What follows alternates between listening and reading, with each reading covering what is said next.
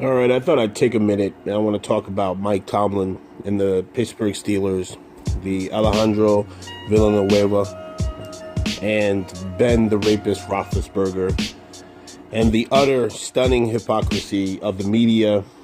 I also want to talk about that racist police chief who had the nerve to, well, no, not the nerve. Again, hey, white supremacists, they have a commander-in-chief that cheerleads this kind of behavior, so I shouldn't be surprised, right? Let me first start off by addressing each person. I'm going to tell you what my issues are with each person and why I think Mike Tomlin will no longer be a head coach for the Pittsburgh Steelers by season's end. And I could be jumping the gun here, but I don't like the way the media is focusing, especially around the Alejandro Villanueva, the player who, he said two conflicting stories to me, and this is what tells me that there's something really fishy and strange going on.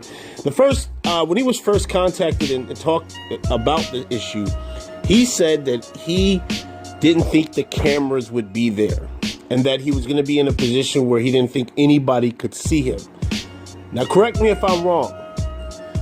In the pictures that have surfaced, and even during the video recording, you clearly see he is not well hidden the way he said that he was. And he seemed to be put out there front and center. And he stood out there front and center. It's clear as day. You could have seen him from any part of the stadium if you've ever been to a football stadium. So I'm not buying Alejandro's story that he didn't intentionally want to make his team look bad.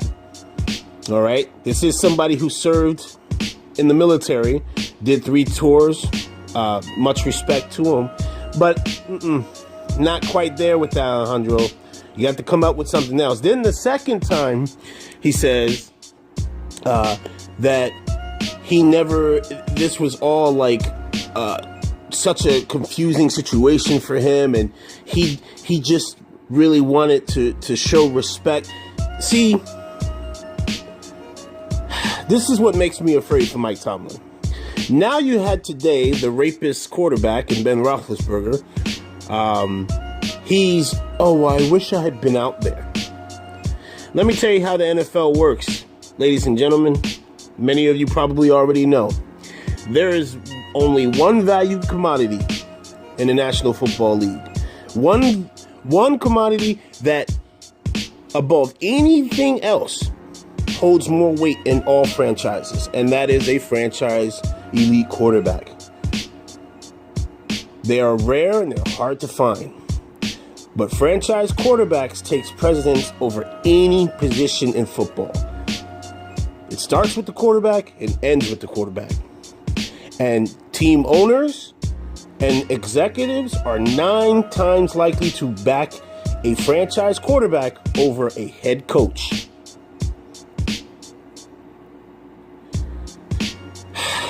When McRapey decides to do this walk-back statement and say he wishes he was out there, that shows dissension between the two most essential, important people on a football team. The relationship between the head coach and the quarterback. And Mr. McRapey sent the signal to team owners and team heads, I wasn't for this. Essentially doing what he did and saying what he said. Now Mike Tomlin today has to make a press statement justifying why he did what he did. I don't see anybody else pressuring any other head coach to... What about Bill Belichick? He was out there locked arm in arm, but nobody actually forced him to explain himself. See the hypocrisy? Do you see why? Where I'm getting at, to what direction I'm going with this video and why I think Mike Tomlin's job is in jeopardy. It's not going to be something that's going to happen overnight. But just by the sheer weight of what the media is choosing to focus on, and they keep focusing on Alejandro. And now Ben Roethlisberger you know, I really wanted to be out there, but my big black coach wouldn't let me go out there. I really wish I had. See, white supremacists. I really wanted to be, but the scary black head coach made me stay in the locker room. Not buying your brand of McRapey bullshit, Ben Roethlisberger. And now on to this racist, white supremacist who called Mike Tomlin the N-word.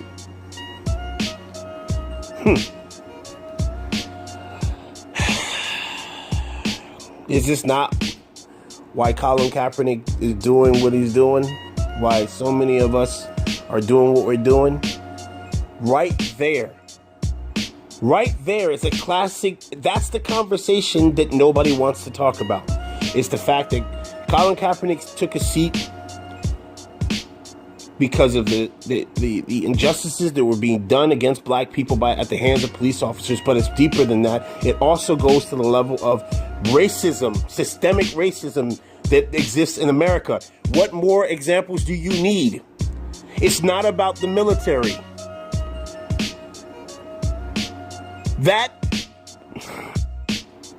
fire chief proves everything that we've been sitting up there saying is true. The only people who have an issue with what's going on in this country right now when it comes to the NFL and the players protesting are racist white supremacists. And they are hiding behind the guise and the ruse that they're patriotic. And that's a fact. So listen, don't be shocked and don't be surprised. And I feel that Mike Tomlin, he needs to be prepared for what's going to happen. Because I'm telling you now, I do not like the fact that Mike Tomlin is the one that's he's being asked to address the reasoning why black men in America always have to justify our decisions. That's racism. Let me know what you guys think. I'm going to leave a link in the description for the article of that racist ass fire chief. And yeah, you guys can check it out. But yeah, and to Ben McRapey Roethlisberger,